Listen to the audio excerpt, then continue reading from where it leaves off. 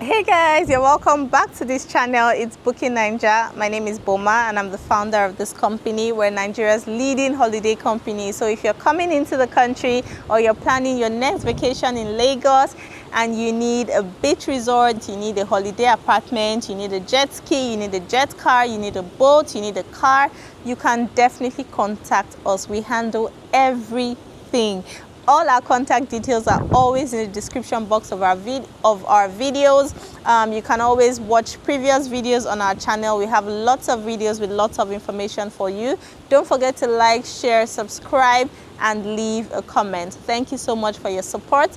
In this video, we're going to be talking about things and red flags to look out for when house hunting in Lagos. So if you're house hunting, you're trying to find a new place to move your family to, you're trying to find an apartment to set up a short-term rental. I mean, whatever the reasons are, if you're house hunting in Lagos, then this video is for you. Straight to it without wasting too much of your time. The first thing is the location.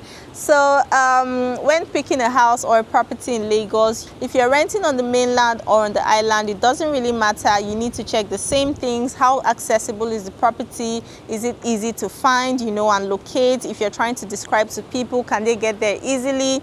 You need to also check the proximity to, attractions, to restaurants, cinemas, supermarkets, nightclubs, whatever you like, your favorite activities. You need to make sure that you're close to those places. So if you like to go to the beach, do you want to find an apartment close to the beach? If you're setting up an Airbnb, for example, you want to find something closer to attractions or closer to places that guests like to visit. So your location is very, very important. You need to check, does the street get flooded?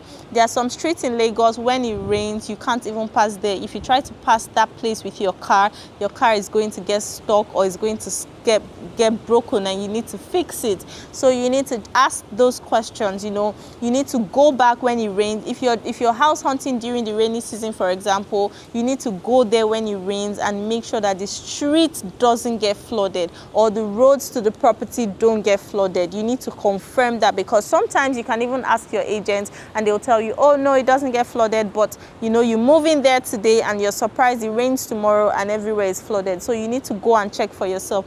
Also, what's the traffic situation in that area? There are some areas like Orchard Road or Ajah or Osakpa, London, where you get in a lot of traffic if you're leaving or coming back during rush hour, 8 a.m., 9 a.m. If you have to get to work, you have to leave the house very, very early to avoid the traffic.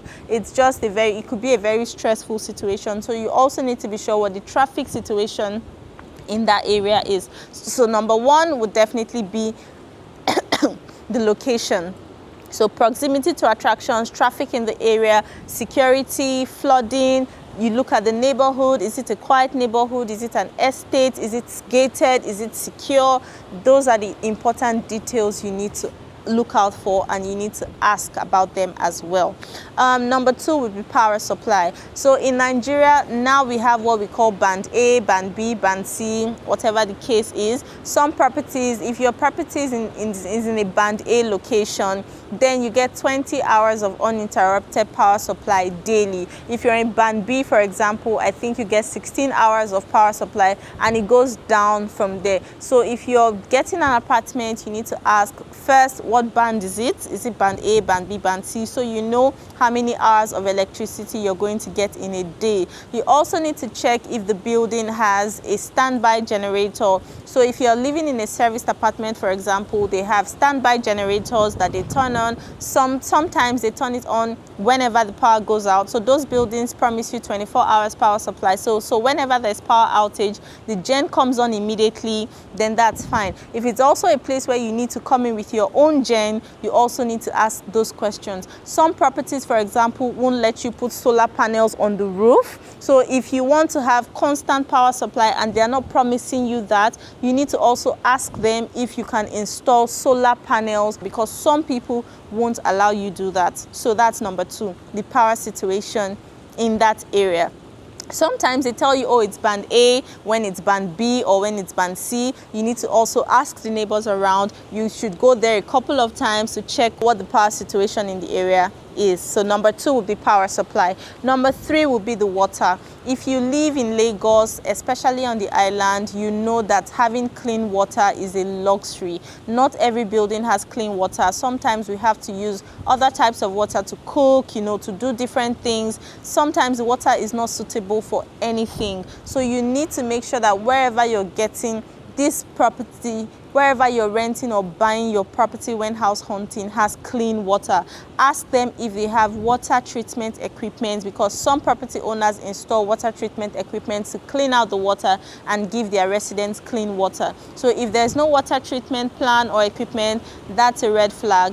You shouldn't rent a property in that building, especially on the island. Make sure you turn on the tap and check what color the water is. Sometimes the water is yellow, sometimes it's smelly. You need to ask these questions. Turn on the water, take a look, ask them if they have water treatment plan, take a look, call someone to take a look if possible as well. Number 4 would be the amenities in the building. So if, let's say, you want to buy a property or you want to rent a property for your family, if your kids like to swim, you want to look out for a property that has a swimming pool. If you like to go to the gym, you want a property with a gym. Let's say the apartment you want to buy or rent is on the 4th floor. You need to find out if the building has elevators, because going up and down every day if you live on the 4th floor could be a problem. So you need to check out for these amenities as well. Some apartments an apartment should have designated parking spaces for your cars. So if you have cars, you want to find out if they have designated parking space, how many cars can it take. Some places give you space for 1 or 2 cars. You might have up to 5, so then that's not suitable for you. So these are the questions you definitely need to ask if you're house hunting in Lagos. You don't want to rent or buy a property and you start having issues every day. So if you're house hunting, these are 4 things that you should definitely look out for in Lagos. Thank you for watching this video. Don't forget to like, share, subscribe, and leave a comment. It's Booking Ninja. See you next time. Bye.